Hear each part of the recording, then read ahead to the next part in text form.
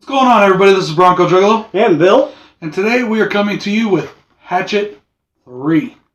I can't put up three fingers without dropping my beer. All right, there we go. 3. Talented. Yep. 2013. Not directed by Adam Green. This one was directed by B.J. McDonald. B.J. McDonald.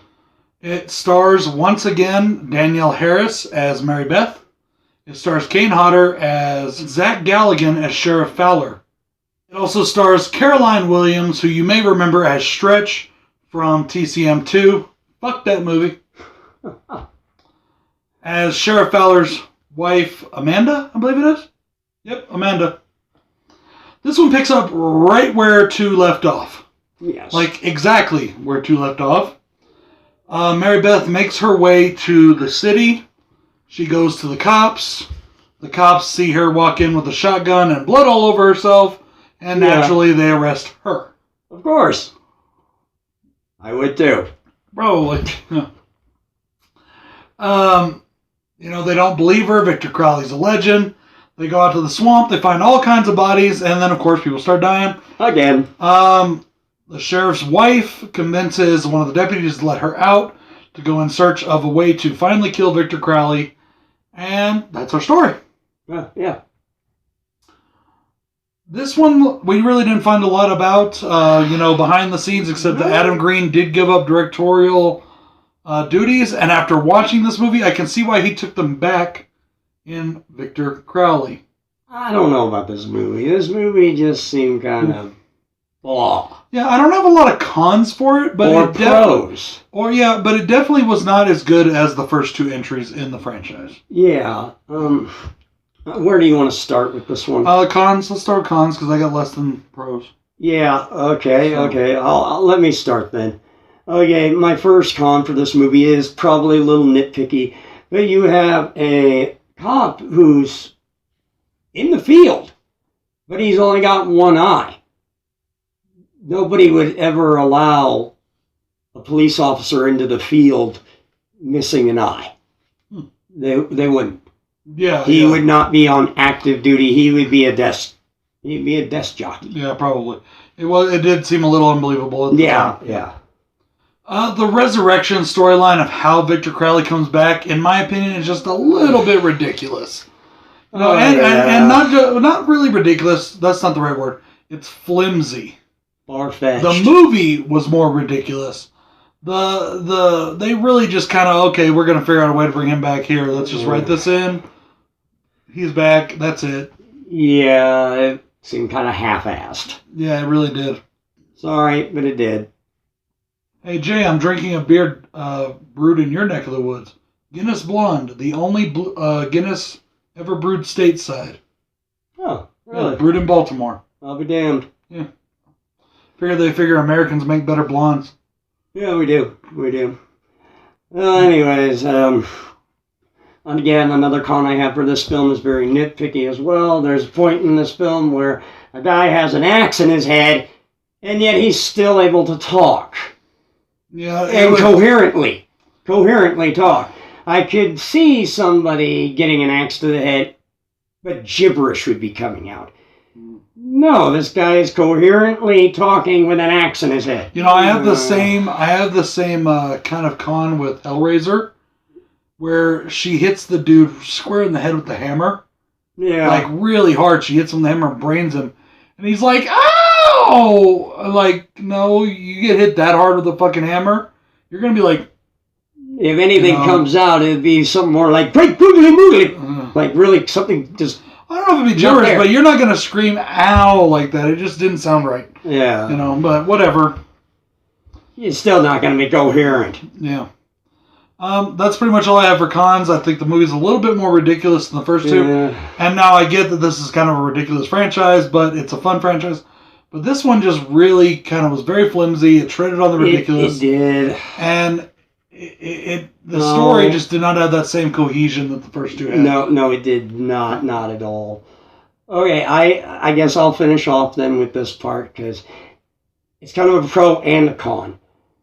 My con is the cameos. They're not as good as our cameos in the other films. but it's a pro. There really wasn't any real cameos to speak of that were that good. There were 2 cameos in this film.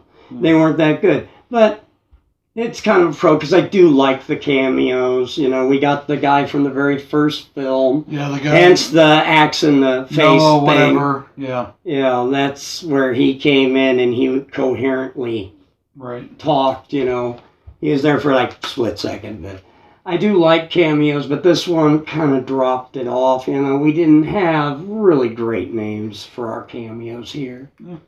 Cameos did include Sid Haig, Derek Mears, and Joel David Moore, which is the kid from the first movie. Yes.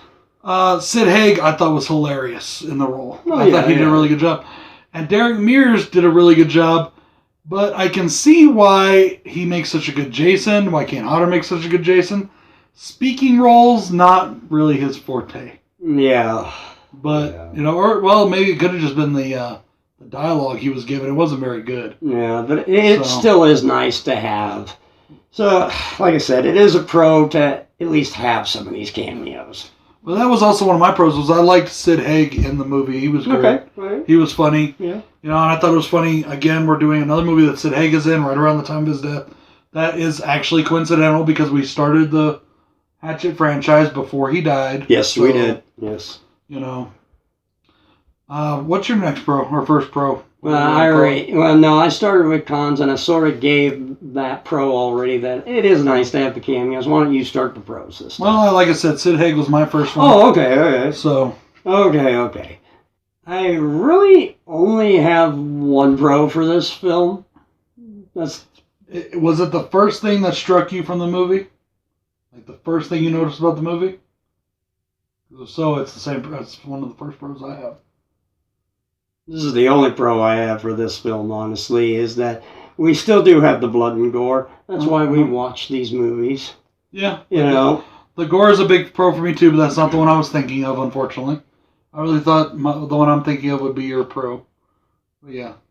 But we still got the blood and gore, at least, in this film. At least they got that right. Yeah, the blood gore still looks really good. Really inventive kills. Really like that. Yes. Yeah, it was still on point. That's what this franchise is kind of known for. Yeah. So, I mean, honestly, yes, it's worth showing up just to watch that. Yeah, it is. Okay. What did you... Okay, what did you think it was? The music. The first thing that hits me in the face was we get a Gwar song to start off the movie. Yeah, the music was good. Okay. Gwar's like your favorite metal band. I figured you would, Yeah, it is my favorite metal band. So... Yeah, I did notice that right away, but the rest of the soundtrack really didn't hit. I guess I just didn't pay attention because it was just your metal soundtrack that all these movies have. But I love that there was a Gwar song at the very beginning. That was really cool. That was really awesome.